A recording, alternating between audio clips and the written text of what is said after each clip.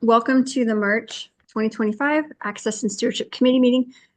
We have three big pieces of legislation that we're looking at from our federal Congress and Senate. And those all have pretty consequential impacts on public land access. So we're going to talk through each of those initially. And then as we have time, we'll quickly touch on the Northwest Forest Plan Amendment and the Ocotillo Wells SVRA Soil Conservation Plan. So to start out, we'll take a look at the Antiquities Act Reform Act, which give me a moment here and I will pull up my screen.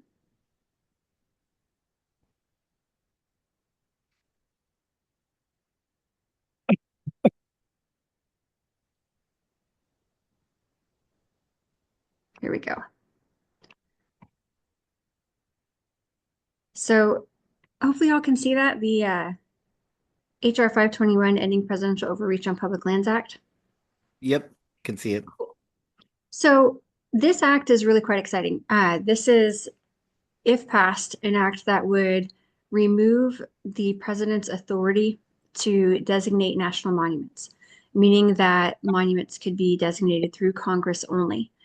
The text of this bill is super simple, and that's something I absolutely love about it. The statement of consequence is right here, where it basically says that the establishment or extension of a national monument may be undertaken only by express authorization of Congress. And this is really necessary reform for the Antiquities Act. That is a long time coming. I know there's been many, many attempts to reform this act. I mean, it goes back all the way to 1906. It didn't really become problematic until, the 70s, 80s, and then it ramped up steeply with the Clinton administration and ever since in regard to having like massive landscape scale national monuments designated by presidents. But if ever there was a time that we get this act repealed or reformed, it's now. And we actually have a decent amount of initial co-sponsors. This bill was written by Celeste Malloy of Utah. And of all the co-sponsors, we actually have three that are from California, including La Malfa as well as Fong. La Malfa's up in District 1, like in the northeast corner of California. Fong covers a lot of Kern and Fresno County. And then most recently, Daryl Issa. I was super excited. I was actually in conversation with his staff last week, and they decided it was appropriate for him to go ahead and co-sponsor. So he just signed on last week, and he's down in Southern California. He covers part of the Cleveland National Forest in his district. So that's a good start, but we have a lot of traction to cover because it would be good to ramp up really robust support for this bill. There is a sister bill also being worked through the Senate at S220, and I think I have that right here. Yeah. So S220 is the exact same language. It was sponsored by Mike Lee of Utah. And unfortunately, it only has one co-sponsor who is also the other senator from Utah. So we have a lot of work to do on both of these. Being that our two California senators are Alex Padilla and Adam Schiff, I'm not terribly optimistic that they're going to want to sign on as co-sponsor, but it doesn't hurt to reach out to them. On the congressional side, we have a lot of potential for representatives that should be in favor of it. So let me share another document here, and bear with me. I really tried to pare down the number of screens that I had open prior to the meeting, knowing that I'd be clicking around, but didn't pare down enough. So I'm almost there.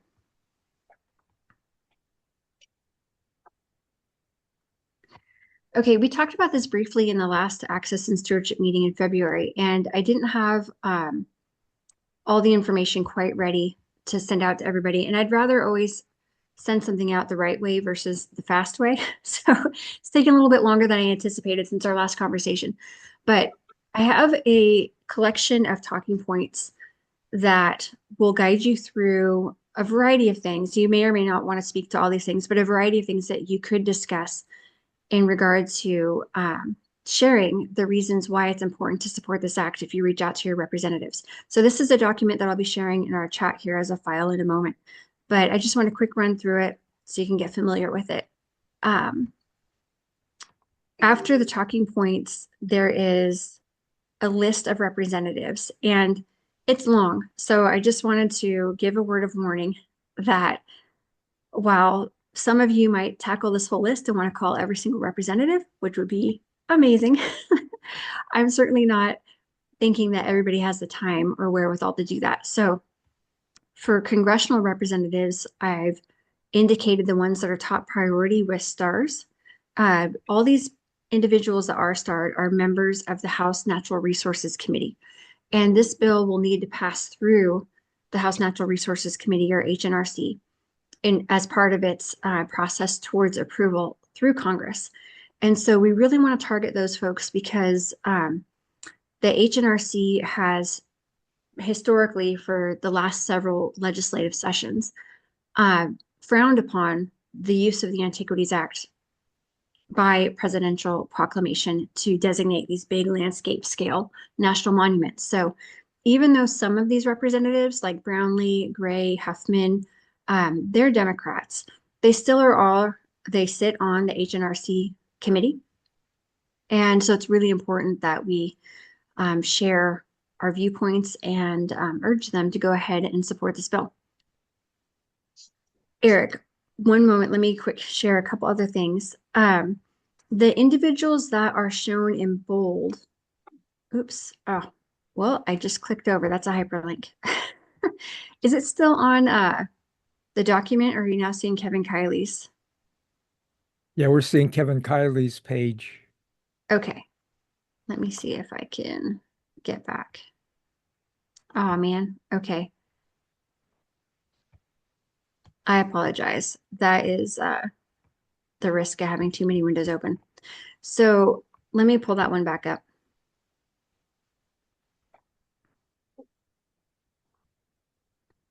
And while I'm doing that, Eric, you had your hand raised? Yeah, just a real simple question. So, the name of this act, I thought it was the Presidential Overreach on Public Lands Act, but you're calling it the Antiquities Act. Is it kind of synonymous with each other? I'm confused. Yeah, great question. This is the Presidential Overreach on Public Lands Act. Okay. So the Antiquities Act is something different. The Antiquities Act is, I'm so glad you asked that to clarify because I was using those kind of interchangeably. Yeah. The Antiquities Act was written in 1906. Okay. And in fact, I'll pull that up also. And that is what currently provides the president with authority to designate monuments by proclamation. So what we're asking our congressional representatives to do is to remove that clause of the Antiquities Act so that monuments can be designated through Congress only. Okay, here we go. And just for quick reference, this is the Antiquities Act. It is all of less than a page long, as you can see here. This bottom part where the line is actually where it ends. And so Section 2 is the piece that gives the president permission to designate a monument by proclamation. However, the language of the act very specifically says that in all cases, it should be confined to the smallest area compatible with the proper care and management of the objects to be protected. And the purpose of a monument, where'd that go?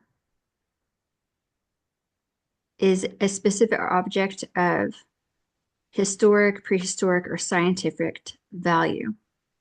And so some very appropriate monuments that we've seen are like, old military forts, or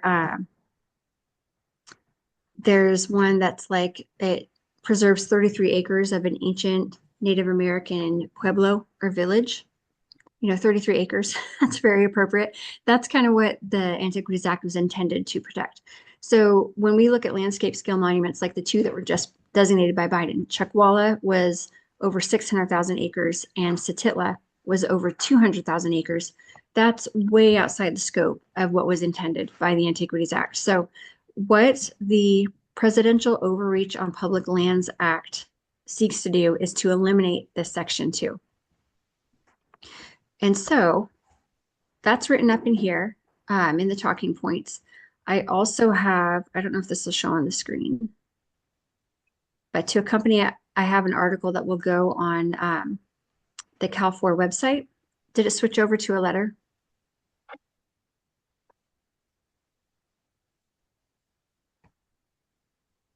Okay. Well, I'm not sure if it switched over for y'all, but there is some more information that I'll share in our chat here in just a moment, and then you'll have access to it. So,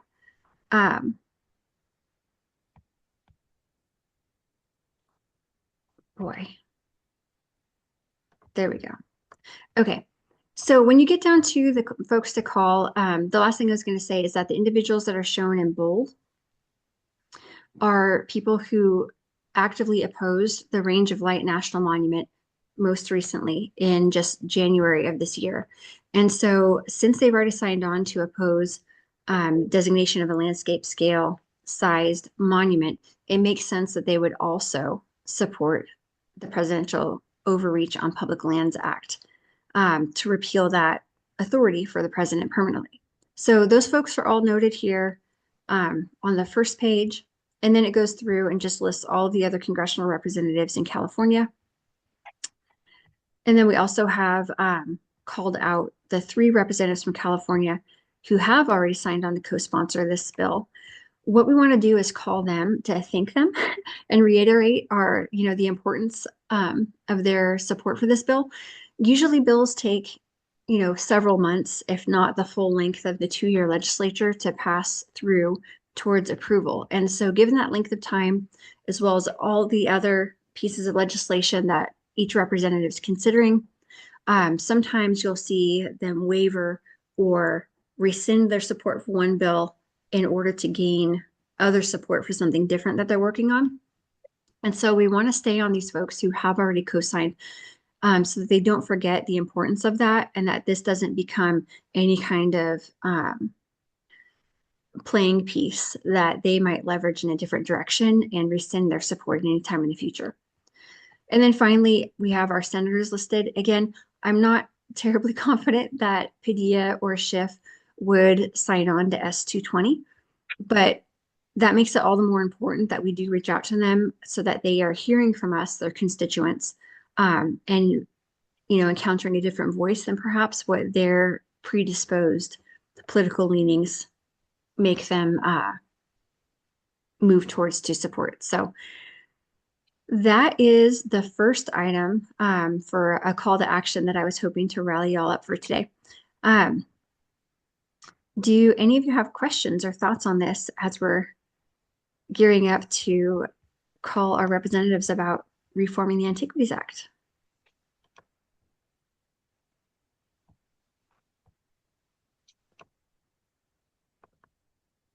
Okay, well, I must have done a really good job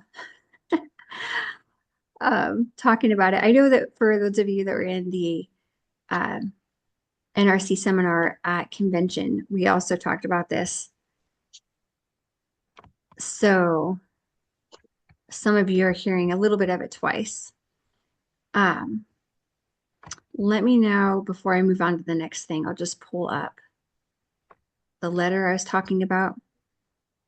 Okay, in the chat box now you'll see the article that has more information about the Ending Presidential Overreach on Public Lands Act.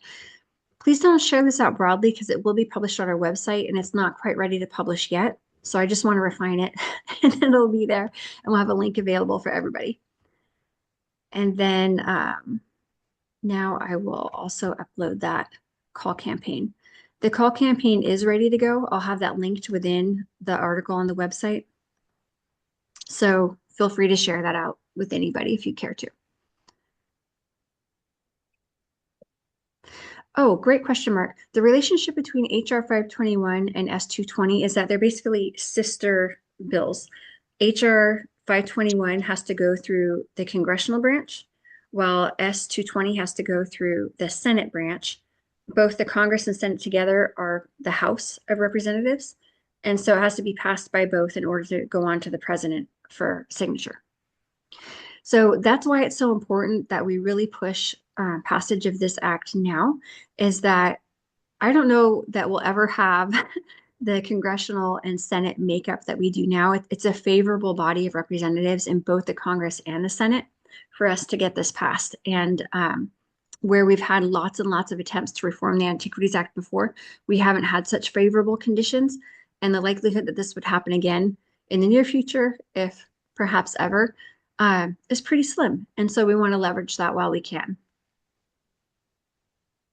We also have a president that I doubt would veto this when it reaches his desk. So that kind of trifecta of good conditions is really, really rare. Okay. Well, if anybody has anything else they want to share about or ask about that, feel free now. I'm going to go ahead and navigate over towards the next set of legislation that I was hoping we could chat about today. Let me just get my screen set up now with these items. If you'll bear with me a minute.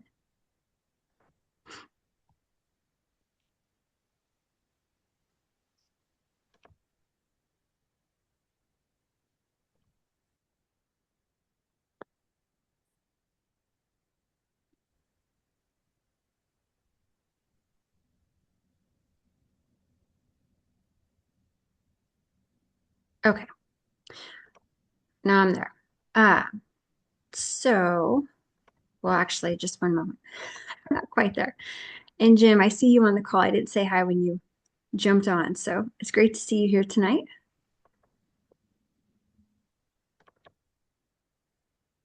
Oh, it's nice to be here. I think I got you vocal. Are you hearing me? Yeah, I can hear Okay, you. great.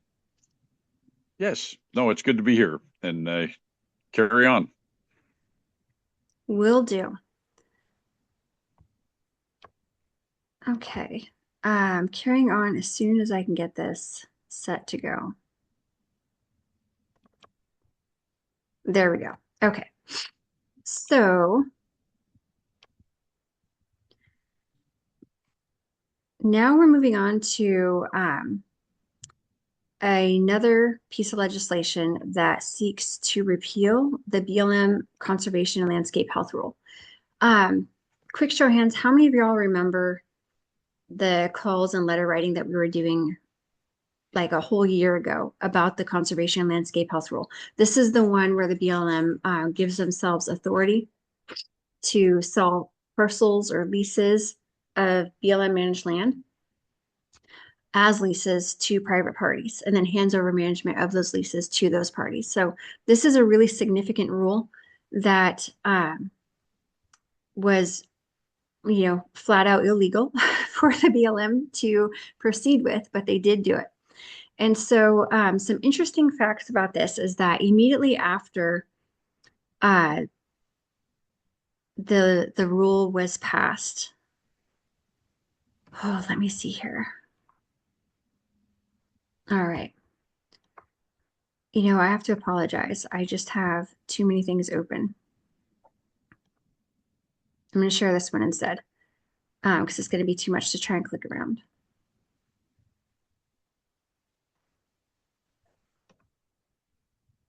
Okay, I'll be putting this in the chat box too for y'all. But immediately after the BLM passed this rule, the House Natural Resources Committee, we were just talking about them in relationship to the calls that we'll be making.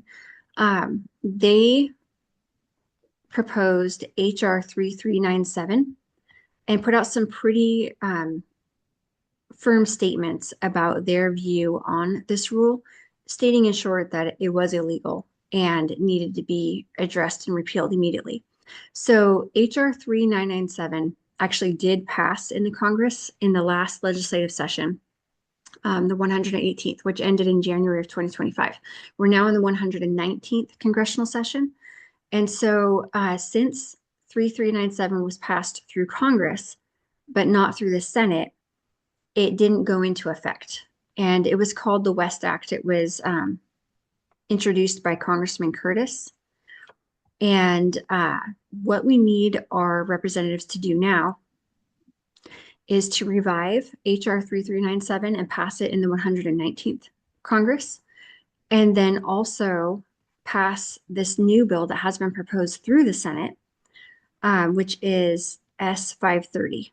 And right now it's named this kind of funny name. It's a bill to repeal a rule of the BLM relating to the conservation landscape health.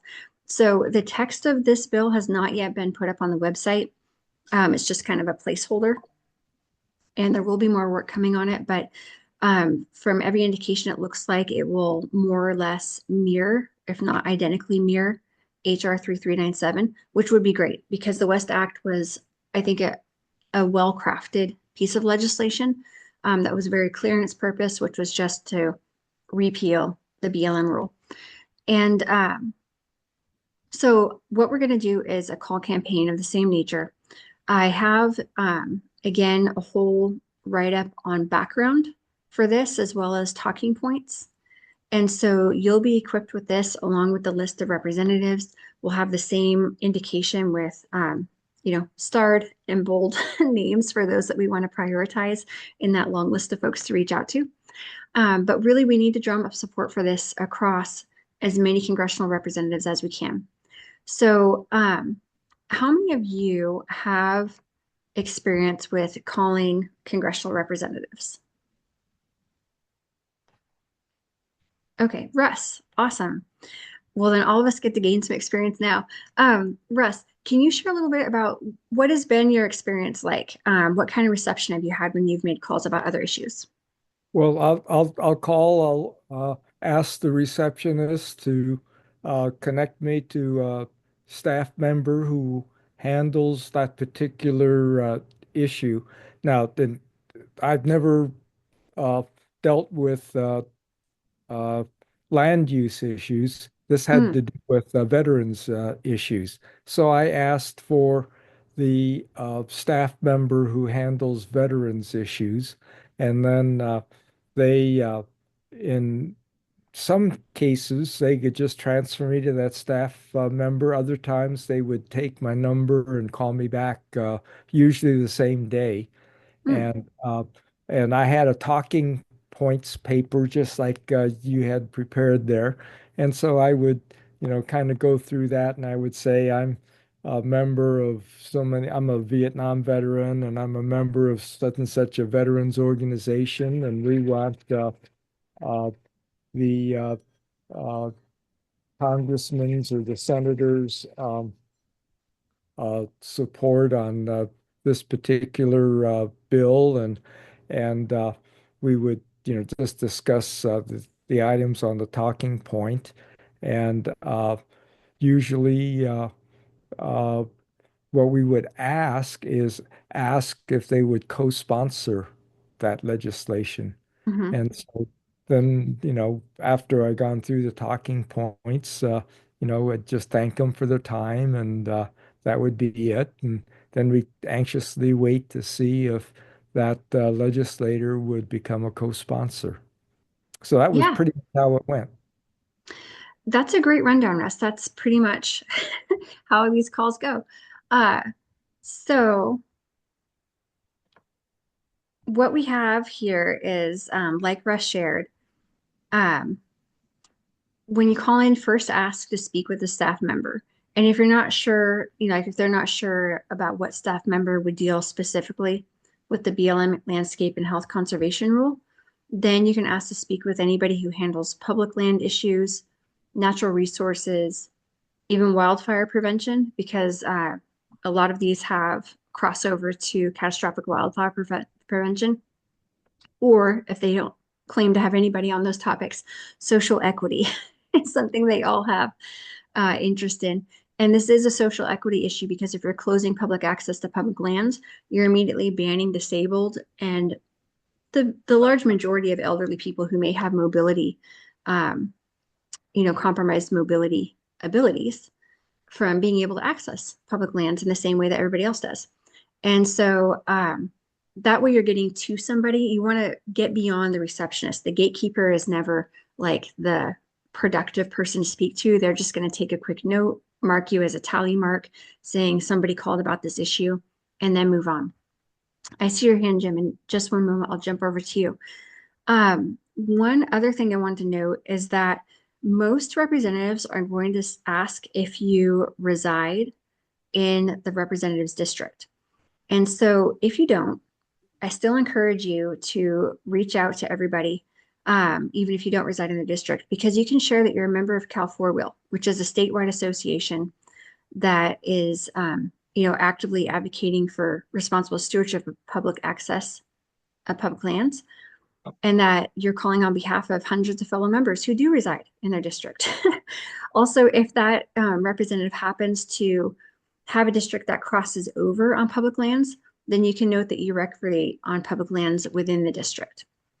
So you're building relevance for the call to make sure that they take you seriously and that they will have a member get in touch with you as follow-up, like Russ was saying, to actually take action on what it is that you're calling about.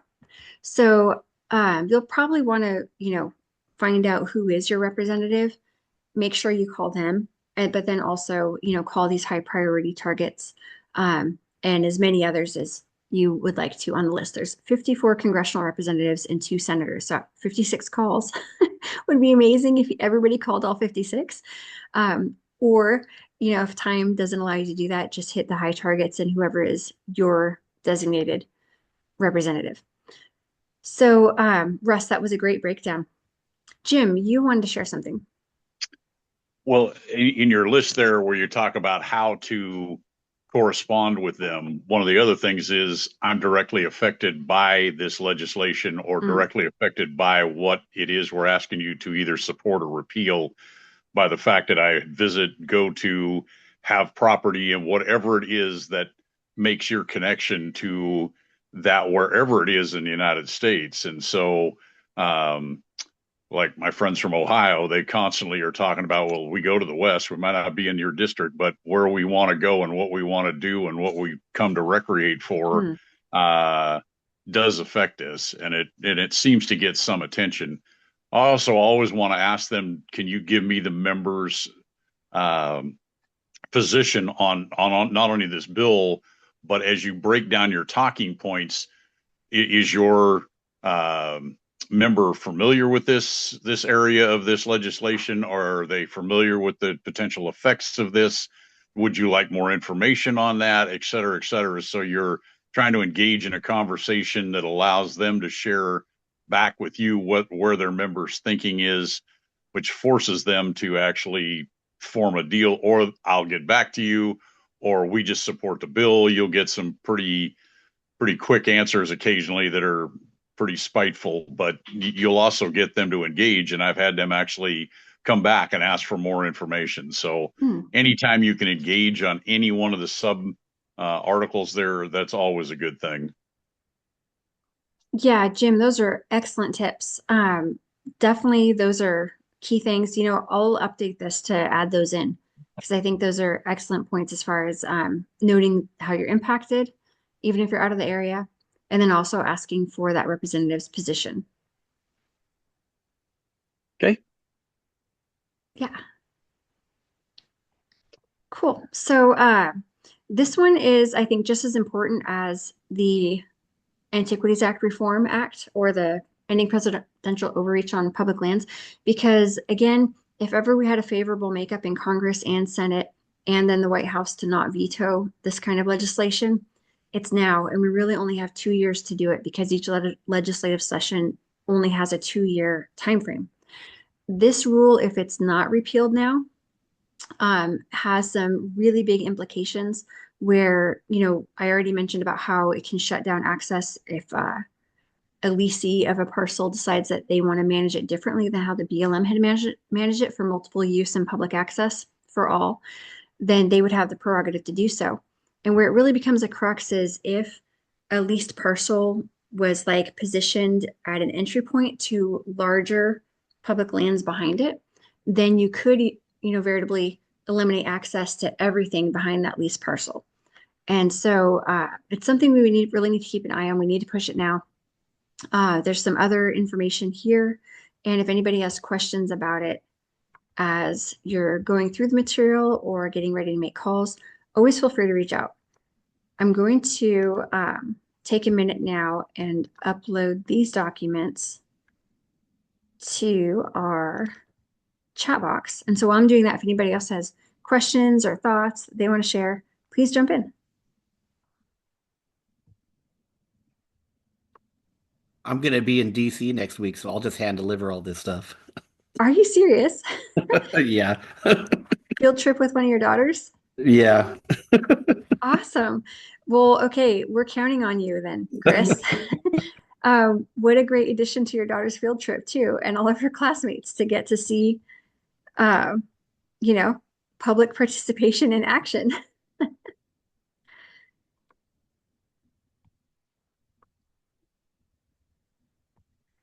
Okay, so I just put in the website article. This also is not yet published. It's almost ready. So, I don't really care if you share it out, but just let people know that there is an official copy coming that will be posted on the website soon. Oh, now that went through.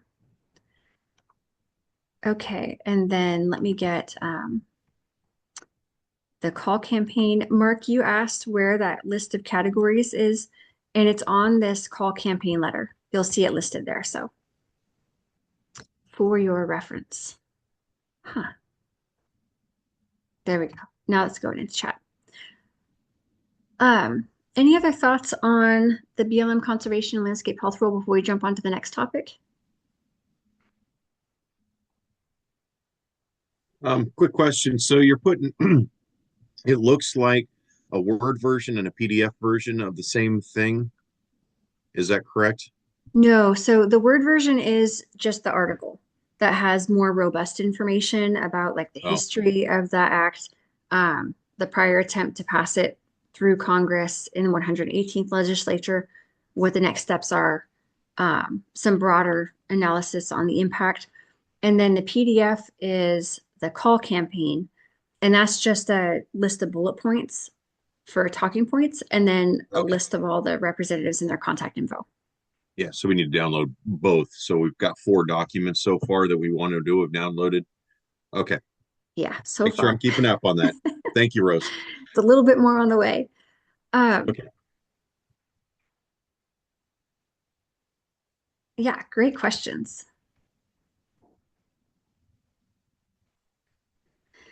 Okay, so let me get my screen set up now for the next one.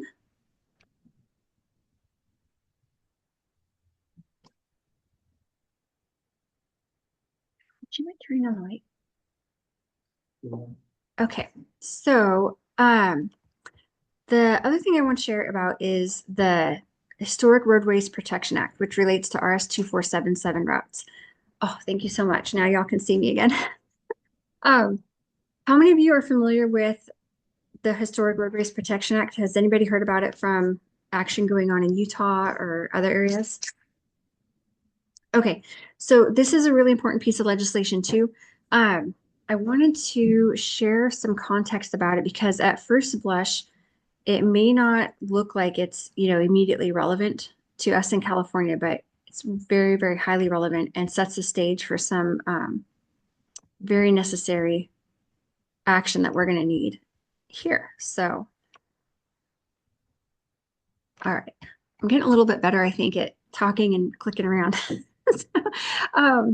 S90, the Historic Roadways Protection Act. This has been introduced by Mike Lee of Utah.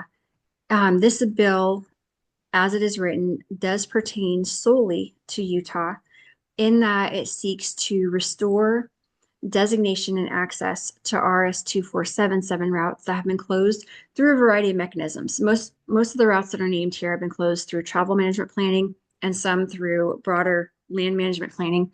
I think there might be some mixed other impacts beyond that, but The bottom line is that RS-2477 routes are historic routes that were in the public domain, publicly accessible, and publicly used prior to the 1976 passage of FLPMA. FLPMA is the Federal Lands Management and Protection Act. I may not have the acronym exactly right, but I'll pull it up in a minute here for your reference. So FLPMA, when it was passed in 76, had a clause that said any route that is designated and active in use and has been for a certain number of years prior to 76 would basically be like grandfathered in and guaranteed perpetual open access through whatever land management planning might follow after 1976 in the scope of FLPMA. And FLPMA is like one of the big umbrella documents that we operate under in all public land management planning use and access today. FLPMA is really important. So this bill was introduced in Utah to reclaim a whole laundry list of routes that they're specifically naming that have been closed, and give some specificity here. And so this is kind of like a bellwether case. If this does pass and Utah is able to reclaim these RS-2477 routes, that sets tremendous precedent for other states to follow and do the same thing. And so let me hop over to another document here.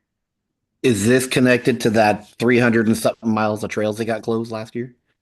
Partly. So 317 miles of routes were closed in the Moab plan, the Labyrinth Rim and Gemini Bridges management plan. And then we've had several plans since then that closed. So there's been like over 2,000 routes, 2,000 miles of routes that have been closed since that first 300, and 300 part of that. Like most recently, just a few weeks ago, we had 665 miles closed in the San Rafael Swell, many of which followed the same pattern that was implemented with Moab. Moab was kind of like a test case, a sandbox per se, where they were trying out that mechanism for massive closures. They got away with it, and so they followed to close more and more routes, and now it's over 2,000. So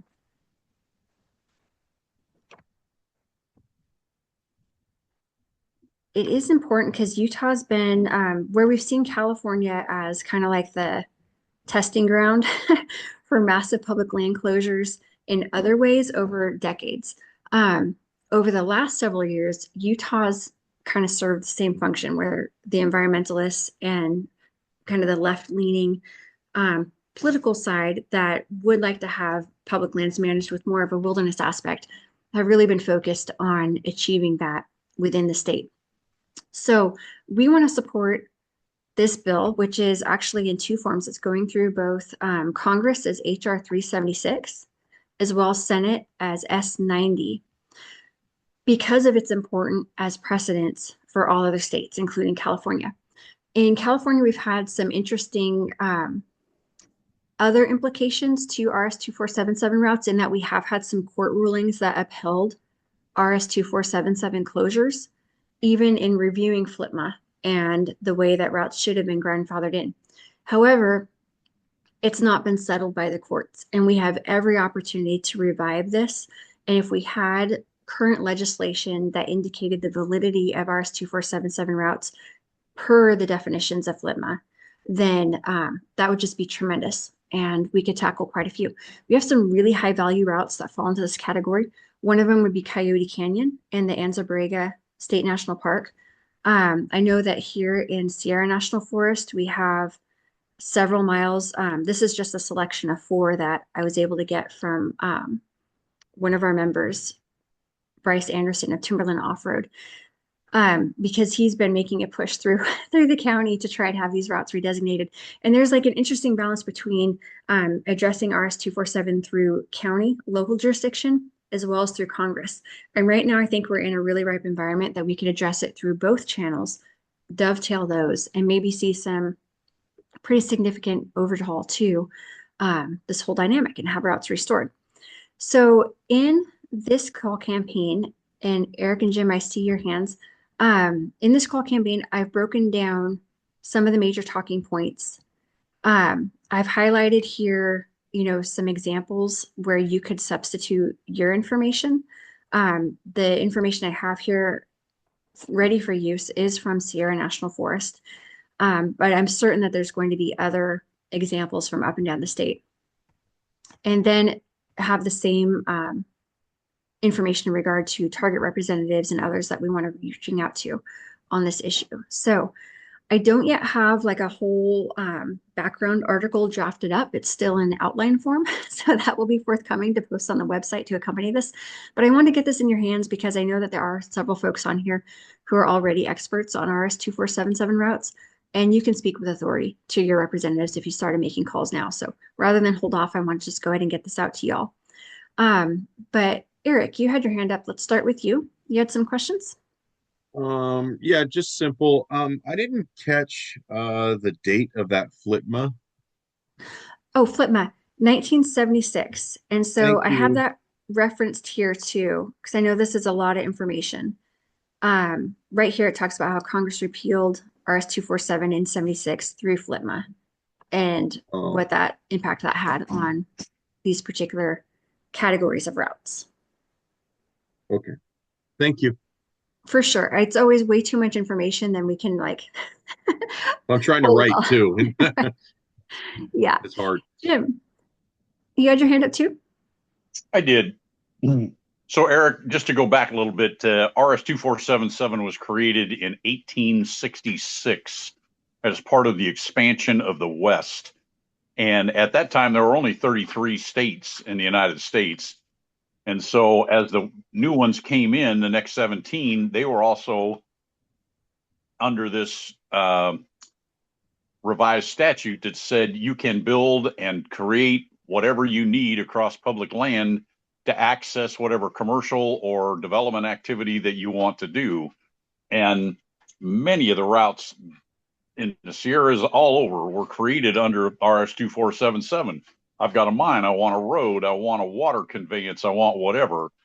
And so the building of these things was granted specifically to people who wanted to do this. It was not granted to the counties. It wasn't granted to any municipality. It wasn't granted, and you'll hear this argument, well, it had to be done by a county. It had to be done by a municipality. It had to be done by a subdivision of government. No, because many of these started out as toll roads where you had somebody who decided, enough people are going to want to go this way. I'll improve this route. I'll build a bridge. I'll create a ferry. I'll do whatever it takes to get people from one side of this to the other. Hennis Pass is a classic example of that. It was the best route through the Sierras. It's the route that Interstate 80 should have followed across, goes past very near Sierra Trek on its way over the hill. That was all put in by a guy named Hennis. It was toll until the county bought the right of way to it. And so in 1976, the decision was made, we might want to kind of curtail some things and get a better land use planning working. And in that FLTMA Act is a statement that says any valid existing right-of-way shall be maintained. Well, a right-of-way doesn't mean it has to have use. And this is one of the other arguments. Well, it hasn't been used. It's a right-of-way. The greatest establishment of these right-of-ways actually comes from the post office, where the post office had, when you wanted your new post office, you had to tell the postmaster general in Washington, D.C., how do you get to this location out in the middle of the woods from another post office? So that, hey, the mail bags go to Grass Valley and then they go up country to Washington or wherever that is. And all of the little sub post offices, because everybody wanted a post office because it was the only way you could write home or get any information or get stuff shipped to you. Everything was about the post office. And they have Library of Congress maps that go back years that show all these postal routes. Matter of fact, I dug up the one that goes to Rose's house the other day and showed her toll house and right there on the map. So anyhow, these are all clues to making this happen, but the courts have never been able to make a complete dissertation of how this is going to be, and it's never gone to the Supreme Court. And so it's been completely subject to local jurisdiction and local lower level courts making these decisions. And the one thing I wanted, the whole reason for my hand up was to make sure that this is federal. People know that this is federal legislation that we're looking at here. It's not state of Utah legislation. Yeah. The numbers that you gave, even though it solely impacts Utah at this point, if this gets passed, it will, as Rose says, set precedent for all the states. So this is a deeply argued subject. It's the basis for land management planning. It's the basis for, and many people believe that RS 2477 and the mining laws of 1866 were the expansion and creation and opening of the West, and that FLPMA in 1975, 76 was the beginning of the closing of the West. And so if you look at it in those terms, it was open. Let's get it, let's make as much out of the West as you can. And then finally the decision was made, oh, well, let's see about closing that up in various ways. And it's just gotten more and more and more restrictive. And I'm done. Well, thank you, Jim. You have to be done. That was really great information to add on. So much more context, and it really is helpful as far as being able to share that. Many of our representatives are not aware of this kind of context, and they may or may not be already involved in public access to public land issues, but that's where our job, it's our right and our responsibility as citizens to bring these things to the attention of our electeds so that they can take action in a way that represents their constituents, us. And so all these pieces of details and the historic information is really important. That's part of what you'll see forthcoming in a more robust article that will accompany this call campaign. But again, this, oh, I don't know why it's doing that. Sorry. Okay. So sorry, Zoom just tried to log me out in the middle of our call. So anyhow, more information to come. If anybody has questions, though, feel free to reach out. Here you'll have the link to each of the pieces of legislation so you can see the text. And then again, some background. One other thing I wanted to note is when you click into any of these names, let me know does this switch over to the website when I clicked on it, or do you still see the letter? The letter. The letter, okay. Let me flip over then.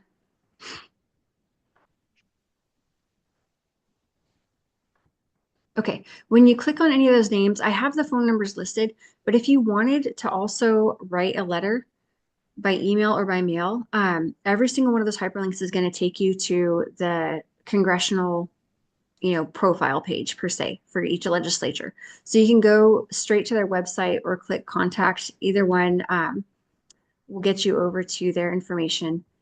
And many of them will, when entering your letter online, ask if you're a resident of the district. And so that might be a block that you'll see on some, but all of them will list their physical addresses for their offices too. And so I know that snail mail is like a thing of the past. We don't all do it, but mailed letters are really, really powerful. It's a tangible thing that each representative, when they receive it, they are required to record it, file it, and have that as documentation on whatever issue it is that you're writing about. So I really urge phone calls because that provides a really powerful impression on each representative staff. If they're getting bombarded with calls on a specific topic, then they're quickly very highly aware of the importance of that topic to their constituents. At the same time, when you send letters, if they have a stack of letters growing in their office, that's a physical reminder of the importance of that topic to their constituents. And so email wherever you can, write wherever you can. As another next step, I will be putting together some letter templates on each of these topics. But with everything that I'm juggling right now, I just don't know how quickly that'll come. So if you feel confident and you'd like to take the time to just write out a letter, email it where you can, and then mail it where you can, feel free to go ahead and do so. That's available to you. Okay. What other thoughts or questions do folks have on the RS 2477 or Historic Roadways Protection Act?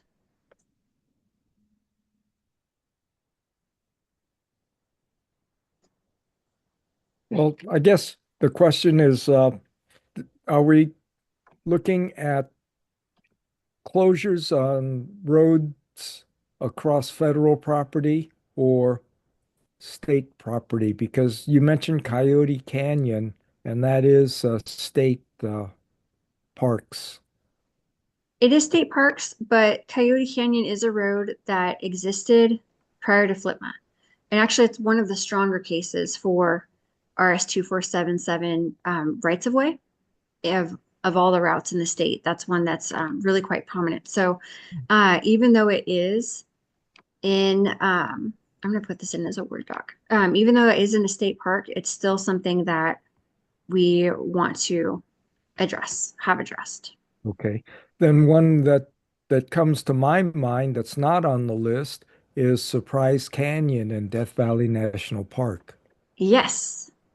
because that was open, well before 1976. It's been open since, the 1800s, and it is closed because it's now wilderness. Um, the last 5 miles of it is inaccessible to motorized vehicles because it's now a wilderness area. Yeah, and wilderness is exactly the case actually that resulted in the closure of the routes that I referenced in that uh, call campaign document for Sierra National Forest. And so the Wilderness Act wasn't implemented until 1984, which is, almost a whole decade after FLIPMA. And so by all rights and measures, those routes that were closed by wilderness designation should have been kept open. I'm so glad you brought this up, Russ, because one of my appeals to all of you is if you have information about RS 2477 routes like that, like Surprise Canyon, um, if you can send me any information, I'm trying to amass as big of a library of this kind of data as possible. Let me see if I can pull this stuff up actually real quick to show you some cool stuff that one of our members sent over, and I was able to actually send it as attachments to some of the congressional reps that I've already been reaching out to on this topic. But if you have data like this, there we go. Bryce Anderson, y'all might know him. He's in the Central District, Timberland Off-Road. He's super passionate about the RS 2477 routes in Sierra National Forest, and he was able to source this map from 72, which 1972 is obviously before FLIPMA in 1976. And on this map, there are key routes, and he was able to, here we go, identify those and then highlight them to show their connectivity and where the route fell in relationship to other routes. Because these routes haven't been in use since they were closed down by the 1984 wilderness designation, there's probably pieces that are traversable, maybe mostly on foot. This one I haven't hiked, but all the other 3 routes that he sent me maps for, I have hiked. So I know that they're in place. You can traverse them. And that's probably how many of these routes are, either partially or fully traversable. Anyhow, this becomes really powerful evidence when we're bringing the RS 2477 issue up to our congressional representatives so that they know that we're not just trying to make claims about routes that we wish were open or, get access to areas that we wish we could go to in an OHV, but we're really speaking to legitimate routes that did exist on the ground, were in use. Like Jim said, they don't necessarily have to have been in use because it's a right of way, but it's even more powerful when we can demonstrate that they were in use prior to 76. So if any of y'all have some of those magical old maps or you're able to source them, go to your county hall of records or, talk to some old timers that might have some of these maps still in their personal libraries. That stuff is like gold. And as much as we can put together, the more powerful a position that we'll have as we're making this kind of appeal to urge our representatives to support this act for the Historic Roadway Protection Act. Um, so I'm curious, Russ, do you happen to have any maps of Surprise Canyon prior to 76? I don't think I have any in my possession, but I recall seeing some photos Mm, and trip reports and so on the web uh, of trips where people took their cool. CJ or whatever up to Surprise Canyon, up to Panamint City. Mm, So uh, I'll try to see if I can find some photos or trip reports or something like that. awesome. Yeah, that will be just as valuable as a map. Anything that demonstrates use and existence of that route. So I'm super excited about that. We're gonna have to add Surprise Canyon to our list. Yeah, I'll see what I can find. Very cool. Jim. Your old pre-76 USGS maps are just another treasure trove of proof of existence. They're government provided maps that were the small topo and the larger 7.5 size, and many of those have Jeep trail, Jeep route, dirt road, whatever it is, showing connectivity to all these different places. And just the existence of it on a federal document like that can be Hmm. shown as proof of existence to these routes. And I don't believe I have a map of Coyote Canyon, excuse me, of Surprise Canyon, but I'm sure that it's on a pre 1976 topo map somewhere that someone has. Awesome. Yeah. Great tip there, Jim. This is time that we can leverage our networks and reach out to everybody who, maybe rode those routes themselves, if you know any old timers, or maybe had family members or friends, club members that did so. Let's dig up those treasures. And any information that you find, please send on to me. I'm going to be trying to collect it from up and down the state. Okay, so we have exhausted our hour. There were a couple of things I was hoping to talk about, but like I said, this was a pretty ambitious agenda. So I will just briefly, in literally a couple of moments, touch on the Northwest Forest Plan.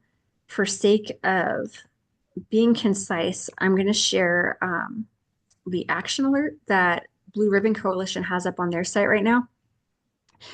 The Northwest Forest Plan Amendment is massive because it will alter management across 17 national forests.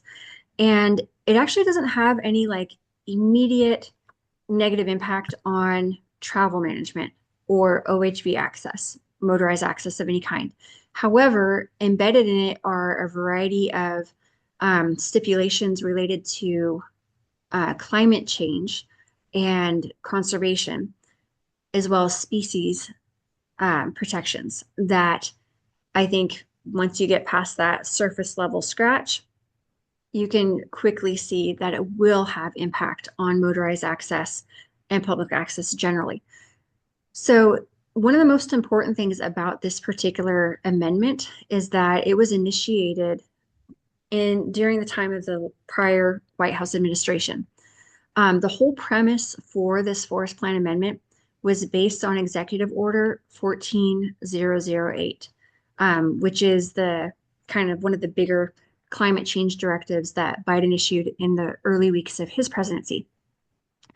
Trump has since rescinded Executive Order 14008 as one of his own executive orders. So this executive order is no longer in place or valid. And since it is the fundamental premise for this forest plan amendment, it's no longer accurate or appropriate or potentially legal for the Forest Service to move forward with implementing this amendment.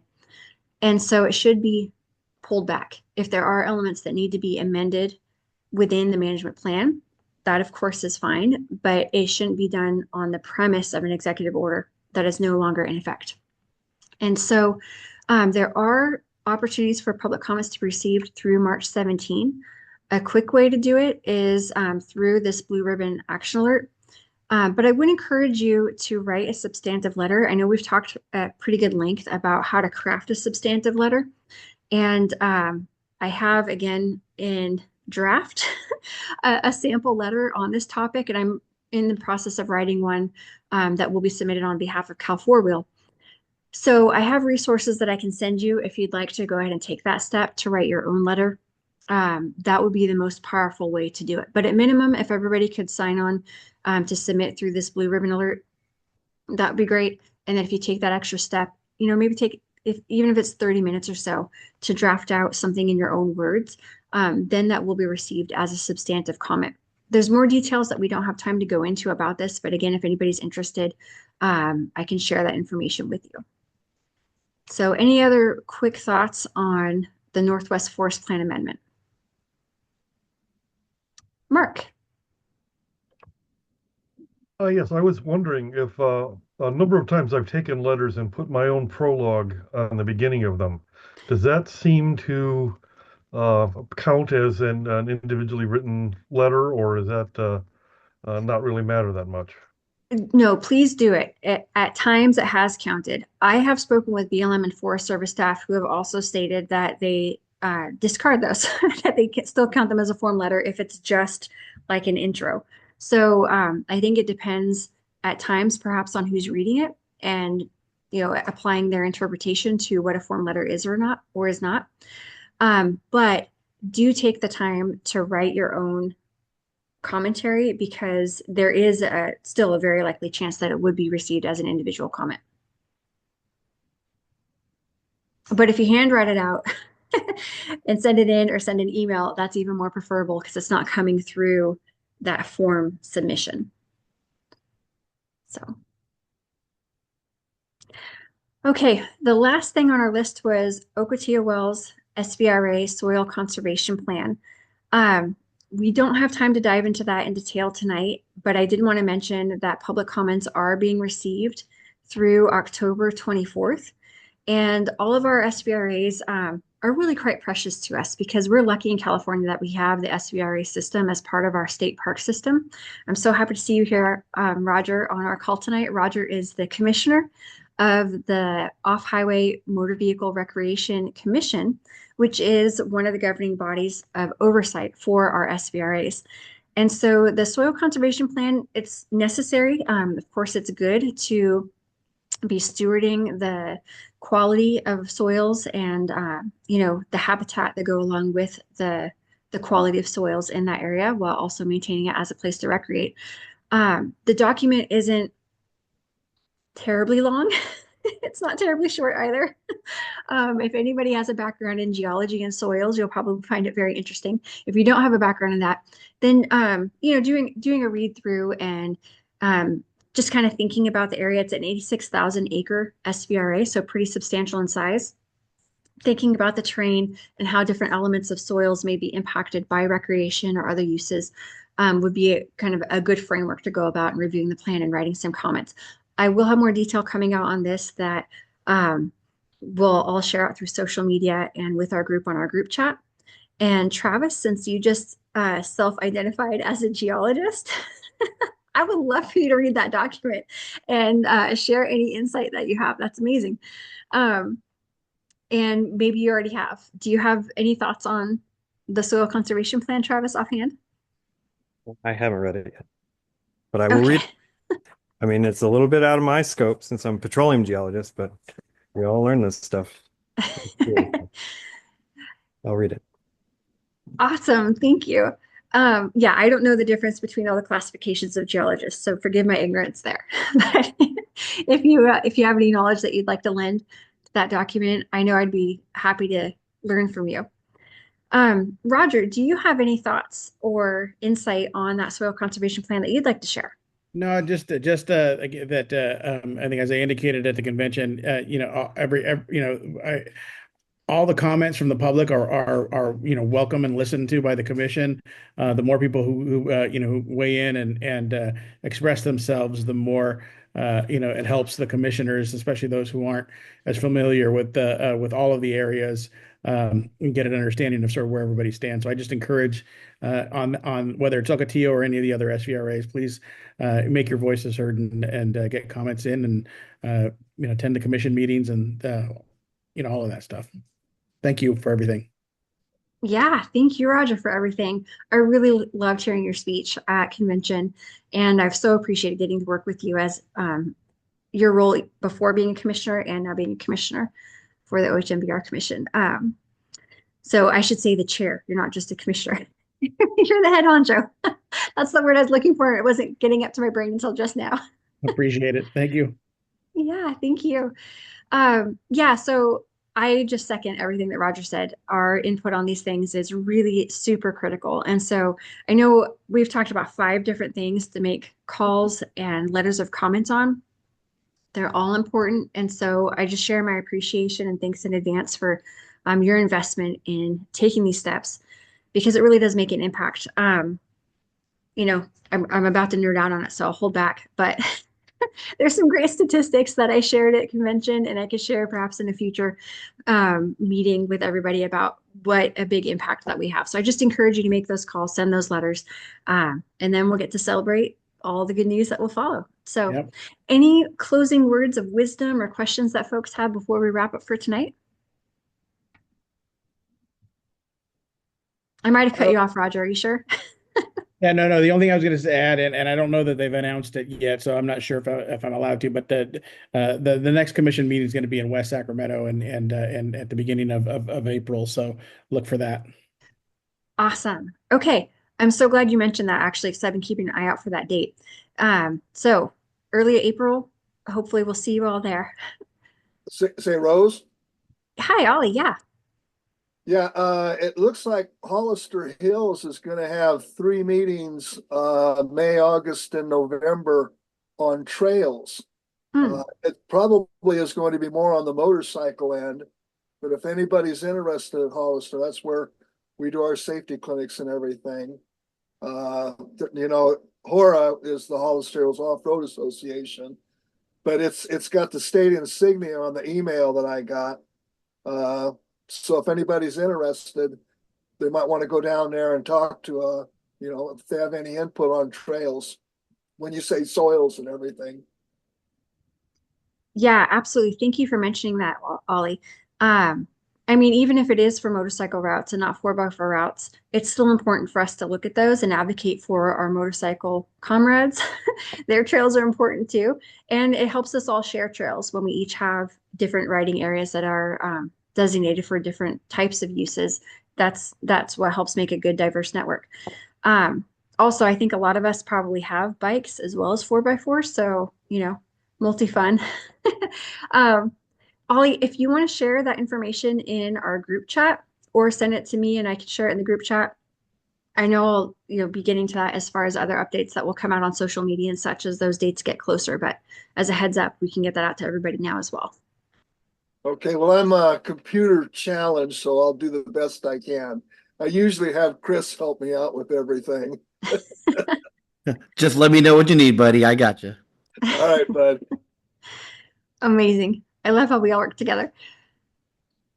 Cool. Okay, well, if anybody has other questions or thoughts, anything that you'd like to discuss further on these topics or other topics, always feel free to reach out. Otherwise, thank you all for your time tonight. It was so good to see you, and I'll look forward to chatting with you again soon. Thank you, Rose. Thank you, Rose. Yeah, thank you all. Good night. Right.